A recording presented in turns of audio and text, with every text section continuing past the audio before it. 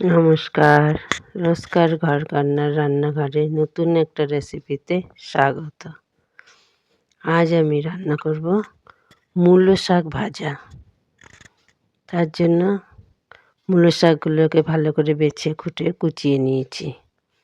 আর এই কড়াইতে জল বসিয়ে দিয়েছি, তার মধ্যে দিয়ে দিলাম সামান্য পরিমাণে নুন।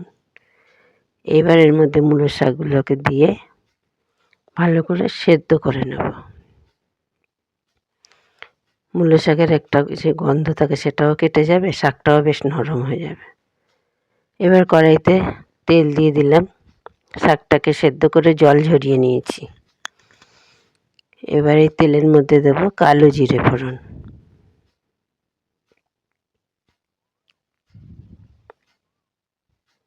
তেলটাও গরম হয়ে গেছে।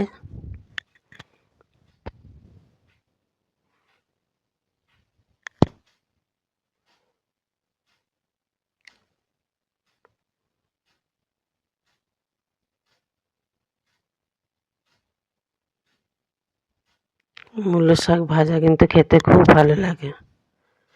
এবার এর মধ্যে দিয়ে দিলাম কালো জিরে ফোড়ন।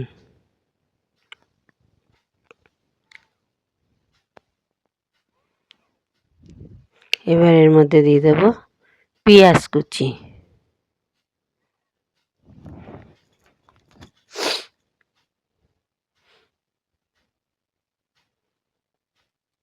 পেঁয়াজ কুচিটা একটু ভাজা ভাজা করে নেব।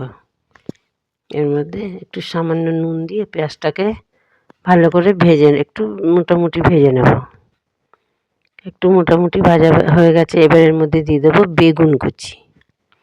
বেগুনগুলোকে খুব ছোট ছোট করে কেটে নিয়েছি। এই পেঁয়াজ আর বেগুনটা একটু ভালো করে ভেজে নেব।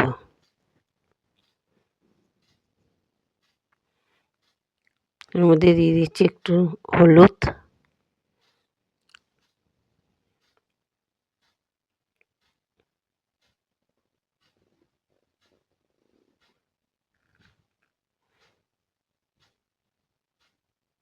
এবার দিয়ে দিলাম লঙ্কা কুচি। বেগুন, পেঁয়াজ, লঙ্কা সব ভাজা ভাজা হয়ে এসছে। এবার দিয়ে দিলাম সেদ্ধ করা মূলো শাকটা। মূলো শাকটাকে যে সেদ্ধ করে জল ঝরিয়ে রেখেছিলাম সেটাকে এবার এর মধ্যে দিয়ে দিলাম।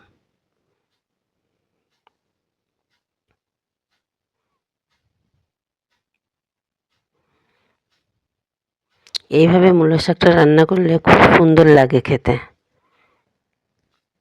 এবার এর মধ্যে দিয়ে দিলাম একটু নুন,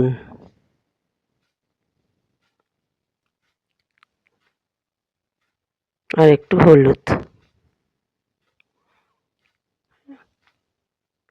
এবার এটাকে আমি ভালো করে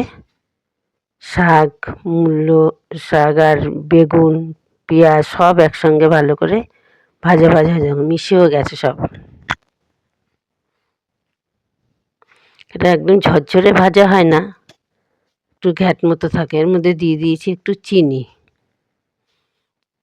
কিন্তু খেতে খুব টেস্ট হয়।